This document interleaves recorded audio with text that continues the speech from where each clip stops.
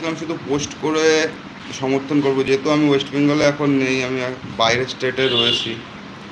আমি স্বতঃস্ফূর্তভাবে আমাদের ভাই বোনেদের পাশে আন্দোলনে দাঁড়াতে পারছি না।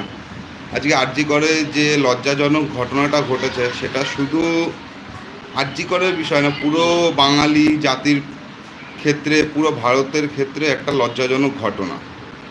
আজকে আমাদের সকলকে বুঝতে হবে, আর চুপ থাকার টাইম নেই। আমাদেরকে পথে নামতে হবে, যার যার জায়গা থেকে যেরকমভাবে হোক মানুষটিকে সমর্থন করতে হবে। সে মানুষটি তো আর ফিরে আসবে না, কিন্তু তার উপরে যে ভাবলেও গায়ে কাটা দেয়। তাকে রেপ করা হয়েছে, তার পা ভেঙে ফেলা হয়েছে, হাত দুটো টেনে ছিঁড়ে ফেলা হয়েছে, গলা টিপে গলার হাড় ভেঙে ফেলেছে, এবং গলাটা এমনভাবে টিপা হয়েছে যে চোখ দুটো ঠিকরে বেরিয়ে এসছে। তো এই নির্মম হত্যাকাণ্ড কোনো সাধারণ মানুষ করতে পারে না। এর পিছনে যে বা যারা রয়েছে তারা পশু থেকেও ঘৃণ।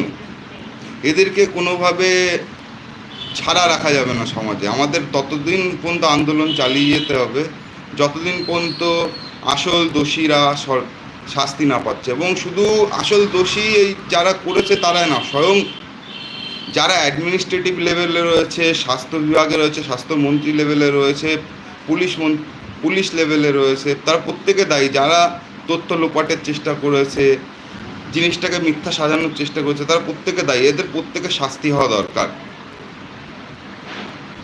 এখনও ভাবলে জিনিসটা গায়ে কাটা দিচ্ছে, রাতে ঘুম আসছে না। এরকম একটা নৃশংস কাণ্ড কেউ করতে পারে, লজ্জাজনক বিষয়। এবং এই ঘটনার পরেও যে বা যারা মুখ বন্ধ করে বাড়ি পড়ে রয়েছে সামান্য নিজেদের স্বার্থে বা কোনো ভয়ের কারণে বা কোনো পিছু টানের কারণে, তাদের বলতে হবে যে এইভাবে যদি চুপ থাকেন, আজ ওই মেয়েটার সাথে হচ্ছে, কালকে আপনার মা বোন ভাইয়ের সাথে হতে পারে, তখন আপনি কি করবেন? আমাদের মা বোনেরা কি আদেও সিকিওর? তাদের কি তারা টাইম ধরা নিয়মেই বাইরে বেরোতে পারবে? তাদের জন্য কি সমাজটা না, সমাজটা শুধু এই রাক্ষসদের জন্য, যে রাক্ষসরা সমাজে দিনের পর দিন নিপীড়ন চালাচ্ছে, মহিলাগুলোর উপর অত্যাচার করছে। এরকম কয়েক লক্ষ কোটি কেস আছে যারা শুধু মান সম্মানের ভয়তে কোনো কেসই করে না, সম্পূর্ণ ধামাচাপা পড়ে যায়। এই ঘটনাটা অনেকটা নৃশংস হয়ে গিয়েছে, জনসমক্ষে এসে গিয়েছে, স্টুডেন্টরা জড়িয়ে আছে বলে আজকে এতটা হাইলাইট হচ্ছে, কিন্তু এর পিছনে এরকম অনেক কাণ্ড প্রতিদিন হয়ে যাচ্ছে। আজকে যদি আমরা সকলে মিলে একসাথে দাঁড়িয়ে প্রোটেস্ট করতে পারি, আসল দোষীদের শাস্তি দেওয়াতে পারি, তাহলে এটা একটা এক্সাম্পল তৈরি হবে। লোকে ভাববে, এরকম একটা নৃশংস ঘটনা ঘটানোর আগে হাজারবার ভাববে যেটা করলে কি হতে পারে তার সাথে। এরকম একটা এক্সাম্পল আমাদের আন্দোলনের মাধ্যমে, দোষীদের শাস্তি দেওয়ার মাধ্যমে সেট করতে হবে। এবং এইটাও সকলকে বোঝাতে হবে যে যত উচ্চ পদস্থ লেভেলে থাক, যার যত ক্ষমতায় থাক, কোনো ঘৃণ্য অপরাধের জন্য তাদের কোনো ছাড় নেই। আইনের চোখে সকলে সমান। আর আইন